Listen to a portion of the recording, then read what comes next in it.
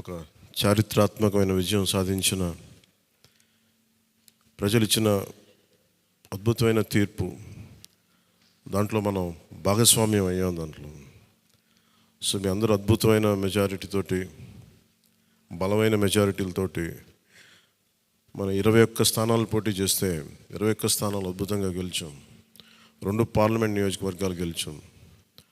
భారతదేశంలో ఎప్పుడు కూడా తీసుకున్న అన్ని సీట్లు, పోటీ చేసిన అన్ని సీట్లు గెలవటం అనేది చాలా చాలా రేరెస్ట్ ఆఫ్ ద రేర్.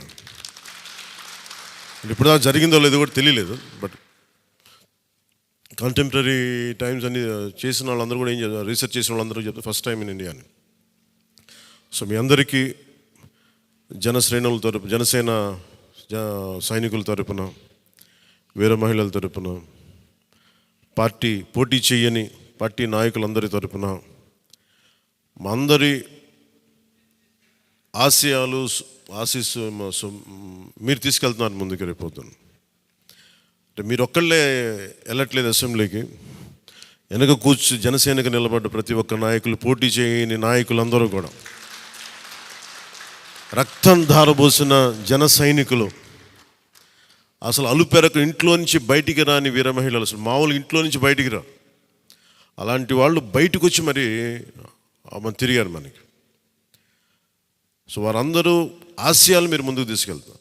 మన పార్టీ నాయకులు, జన సైనికులు, వీర మహిళలు, మన మద్దతుదారులు కాకుండా 5 కోట్ల మంది ప్రజల ఆకాంక్షల్ని మీరు అసెంబ్లీలోకి తీసుకెళ్తాను. మీరు దాంట్లో నేను కూడా భాగస్వామ్యం అయినందుకు మనస్ఫూర్తిగా నేను ధన్యవాదాలు తెలియజేస్తాను. ఒక చిన్నపాటి ఒక మార్పు జరగాలి, ఒకటి సాధించాలంటే ఎంతమంది పని చేస్తే తప్ప ఒక చిన్నపాటి మార్పు రాదు. అలాంటిది ఒక కీలక 5 కోట్ల మంది ప్రజలకు సంబంధించిన భవిష్యత్తు. ఈరోజు జనసేన విజయం, టీడీపీ విజయం, భారతీయ జనతా పార్టీ విజయం ఏ స్థాయికి వెళ్ళిపోయింది అంటే, కేంద్ర ప్రభుత్వం అధికారంలో కూడా చాలా కీలకమైన అంటే ఈరోజు మన అందరం కష్టపడింది, ప్రజలందరూ మనకి నమ్మకం పెట్టి మనం నిలబడి ఉంచింది, ఇది మర్చిపోలేదు. ఇప్పుడు దాకా పొలిటికల్ ప్రాసెస్లో గత 10 దశాబ్ద కాలంలో మన ముఖ్యంగా లాస్ట్ అర దశాబ్దం కాలంలో ఏ స్థాయిలో చూసాం. మనం ఒక కొత్త ప్రెసిడెంట్ ఇవ్వాలి పాలిటిక్స్కి. వ్యక్తిగత దోషం లేని, క్యారెక్టర్ని అసాసినేట్ చేయని పాలిటిక్స్. ఈ మార్పు ఏదో రావాలి. ఎందుకంటే టీవీల్లో సినిమాలకి సెన్సార్ ఉంటుంది, టీవీలకి సెన్సార్ ఉండదు. సినిమాలు ఎవరన్నా కూర్చోబెట్టి ఏదైనా మాట్లాడితే, మన ఈవెన్ అసెంబ్లీలో మాట్లాడితే రికార్డు నుంచి తొలగిస్తారు. నాయకులు బయటకు వచ్చి మాట్లాడితే రికార్డు నుంచి తొలగించలేదు. చిన్నపిల్లలు ఉంటారు, కుటుంబాలు ఉంటాయి అని చోట మర్చిపోతాం మనం. సో అందుకని మనమే స్వీయ బాధ్యత తీసుకోవాలి, పర్సనల్ బాధ్యత మనమే తీసుకొని చేయాలి. చాలా అద్భుతమైనది ఏంటంటే, ఓడలు బండ్లు అవుతాయి అనడానికి నేను చాలా కాలం ఇదే వేదిక మీద చాలాసార్లు చెప్పాను. అంటే ఇది మనం నిన్న సభలో కూడా మాట్లాడమని చెప్తా ఉంటే, ఇది మనం ఇళ్ళకి కానీ పండగ కాదు, పండగ చేసుకునే సంబరాలు చేసుకునే సమయం కాదు, చాలా బాధ్యతగా ఉండే సమయం. ప్రజలు చాలా ఎక్కడెక్కడి నుంచో, మారుమూల నుంచి, ఎక్కడ యుఎస్ఏ నుంచి వచ్చి కూడా ప్రాణాలు కోల్పోయి, అసలు రాత్రనక పగలనక తిండి తినక ఒక్కొక్కరు పనిచేసిన విధానం ఇవన్నీ కదిలించేసినాయి. సహజంగా విజయం రాగానే అందరికీ ఏముంటుందంటే ఒక అతిశయం వచ్చేస్తుంది. అలాంటి అతిశయం నాకు లేదు. దయచేసి మీరు ఎవరు పెట్టుకోకుండా, నా రిక్వెస్ట్ ఇది ఒకనమాట. ఎందుకంటే మనందరికీ ఇది వచ్చేస్తుంది, అది నేను కాదనట్లేదు. కానీ దాన్ని అధిగమించి ఎదిగే కొద్దీ ఒదిగి ఉండాలి అనేది మనం నిలబడి చూపిద్దాం, పాటించి చూపిద్దాం. ఎందుకంటే నిజంగా జనం అలసిపోయారు. ఒక కొత్త తరహా రాజకీయం చూద్దాం, పాత విలువలతో కూడిన రాజకీయం చూద్దాం. అది మనం చేసి చూపించాలి, ఆ దారి వెంట నడిచి చూపించాలి. జనసేన ఆ రోజు నేను మాట్లాడితే అంటే ఇది భగవంతుడు కరుణించాలి, ఇదేదో నేను పెట్టిన వ్యూహమో గొప్పతనమో నేను చెప్పట్లేదు. కానీ భగవంతుడి కరుణ, తల్లి కరుణ, ప్రజల ఆశీస్సులు, మద్దతు. 2019లో ఒక్క సీటు కూడా ఉన్నది అటు ఇటు కాని పరిస్థితుల్లో ఈ రోజున జనసేన ప్రధాన ప్రతిపక్షంగా అసెంబ్లీలోకి అడుగు పెట్టబోతుంది. మీ అందరికీ దానికి సంబంధించి ప్రత్యేకించి శుభాకాంక్షలు. అధికారంలో భాగస్వామ్యం తీసుకుంటాం ఖచ్చితంగా. అది రెండింటి మధ్య ఎలాగ అనేది ఆ టెక్నికల్ ఆస్పెక్ట్స్ ఎలాగో చూడాలి.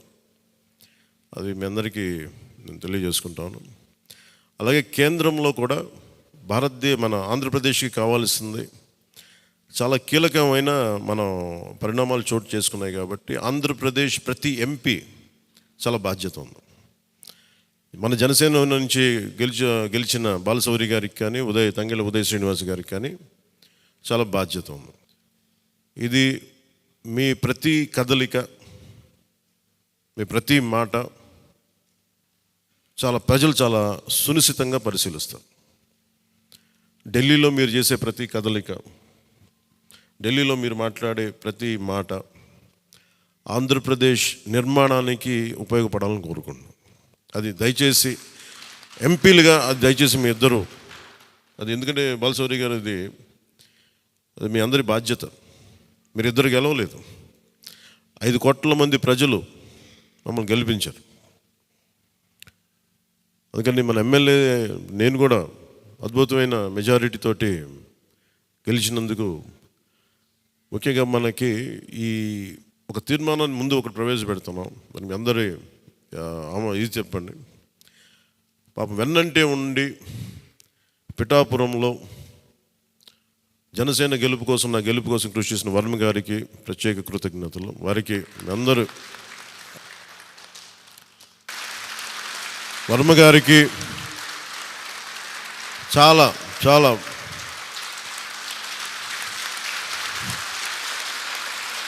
వర్మ గారు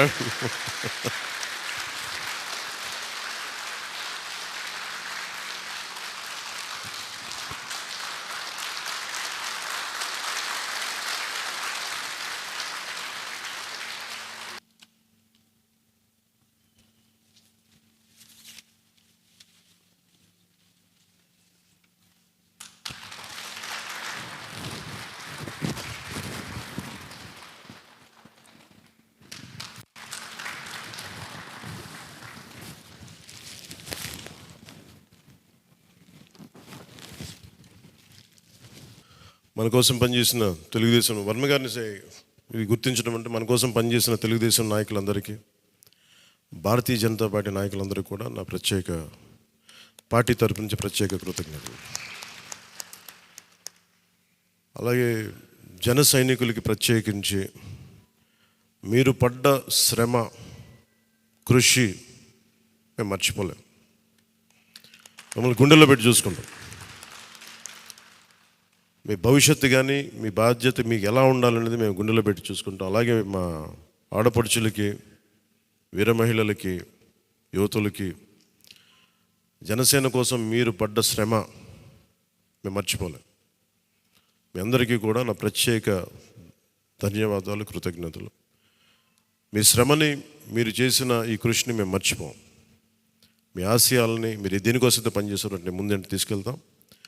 ఈ జనసేన కార్యాలయం ఇంకొద్ది రోజుల్లో ఫుల్ ఫ్లెడ్జ్డ్ ఫంక్షనింగ్ ఆఫీస్ అవ్వబోతుంది, రెడీ అవబోతూ ఉన్నది.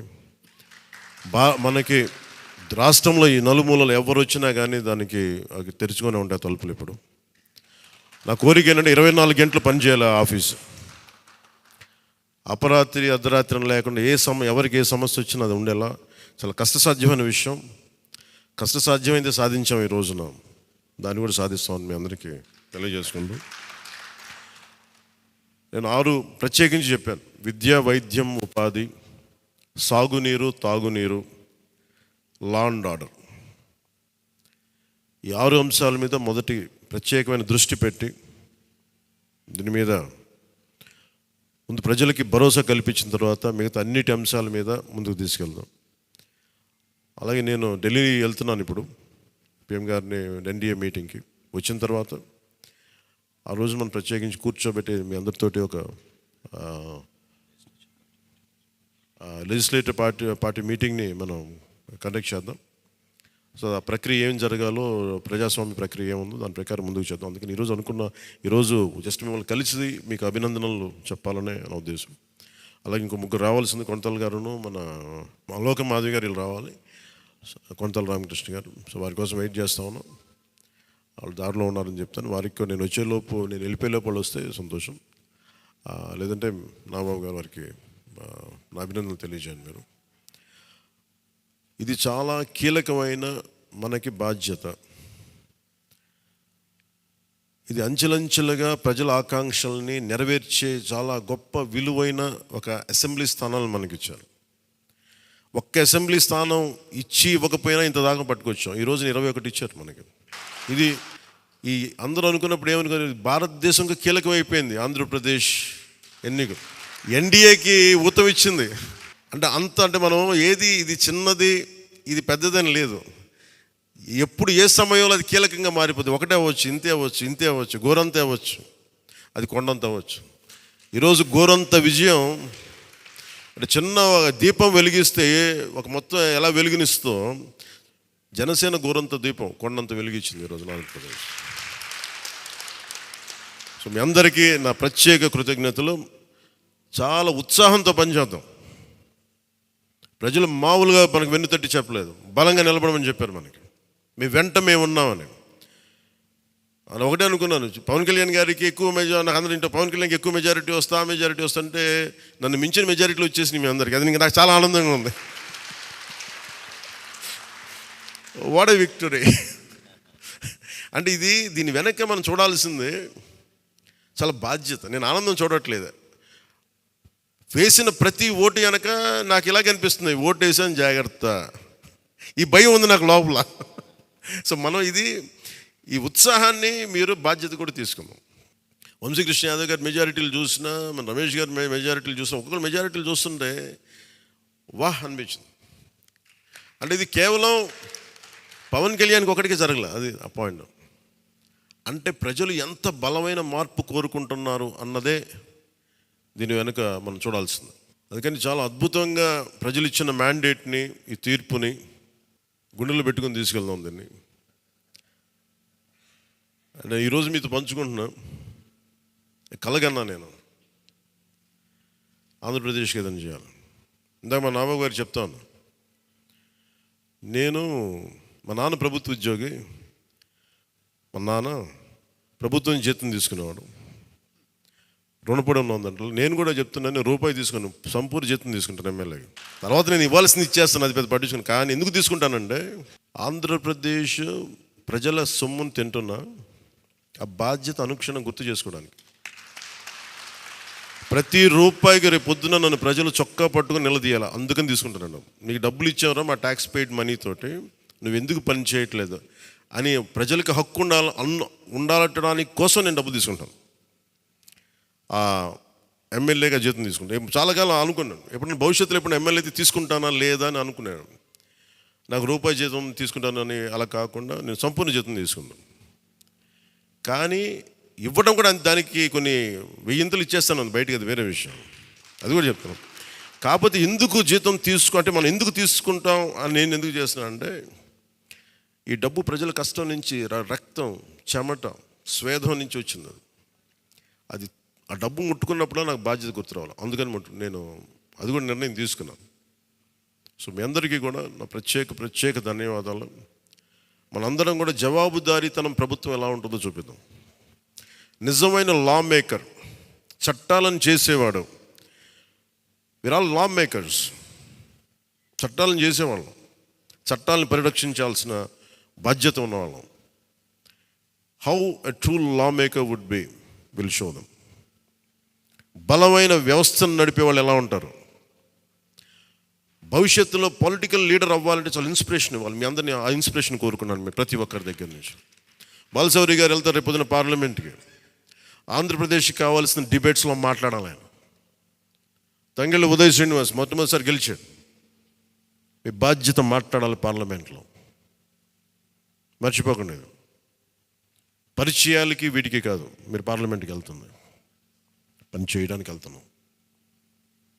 అది మట్టుకు మీరు ప్రతి ఒక్కరు ఆపాదం మస్తకం కింద నుంచి పై దాకా మీరు మర్చిపోకండి బాధ్యత. సో మీ అందరికీ నా ప్రత్యేక ధన్యవాదాలు తెలియజేసుకుంటే, మా నాయకులందరికీ